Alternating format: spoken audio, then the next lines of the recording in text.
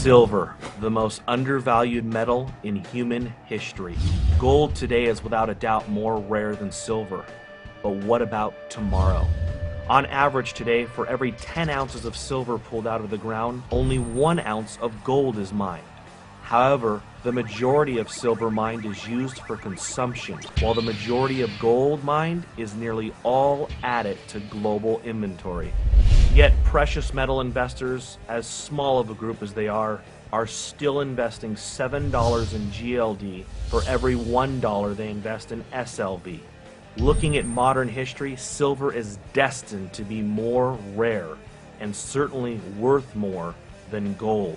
In 1950, there were 10 billion ounces of above-ground available silver. By 1980, it shrank to 3.5 billion ounces. And in 2010, it is estimated that above-ground available silver supply is between 500 to 700 million ounces. To put this into perspective, total above-ground available gold in 1950 was 1 billion ounces. And today, it's estimated to be around 7 billion ounces. In 1980, when silver nearly reached $50 per ounce, global population was 2.5 billion people. Global GDP was $10 trillion, and China had the 11th largest economy. Today, global population is near 7 billion people. Global GDP, $60 trillion, and China is now the second largest economy. So the population since 1980 is up 176%. Global GDP is up 500%. Above ground available gold is up 600%. Meanwhile, above ground available silver has plummeted at least by 91%, and the price is still down 46% from its 1980 high of $50 per ounce. To say the opportunity in silver is enormous is an understatement. Looking at the historical silver to gold ratio of 15-1, silver is highly undervalued today. It now takes 50 ounces of silver to purchase 1 ounce of gold.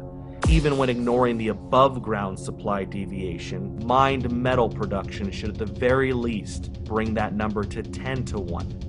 Using today's prices with gold at $1,400, silver should be worth no less than $140 per ounce. Silver is being consumed more than ever, and it is a fact that there is less above ground available silver than there is gold. Industrial demand for silver is up 18% in just the last year.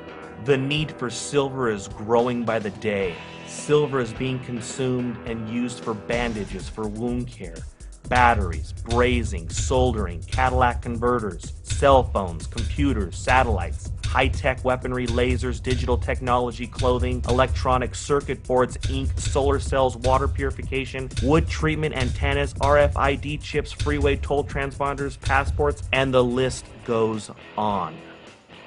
From 1990 to 2000, nearly 2 billion ounces of above-ground available silver disappeared to consumption. Yet industrial demand for silver was only 35% by the year 2000. Today, it's 54%. And looking at the new uses for silver, the silver production deficit will only widen. China, since 2003, has been growing its solar energy base by almost 100% every year. By 2014, the world will need 130 million ounces of silver just to satisfy 1 year of global solar demand. The world has consumed so much silver in the last 50 years that the last time above ground available inventory was this low was 1300 AD. The deficit of silver production has been met mostly from government stockpiles. The U.S. has dumped nearly 5 billion ounces since World War II into the silver markets. But as of 2010, according to the USGS, government stockpile for silver are listed as none. The supply and demand deficit continues to be ignored by global investors year after year, decade after decade.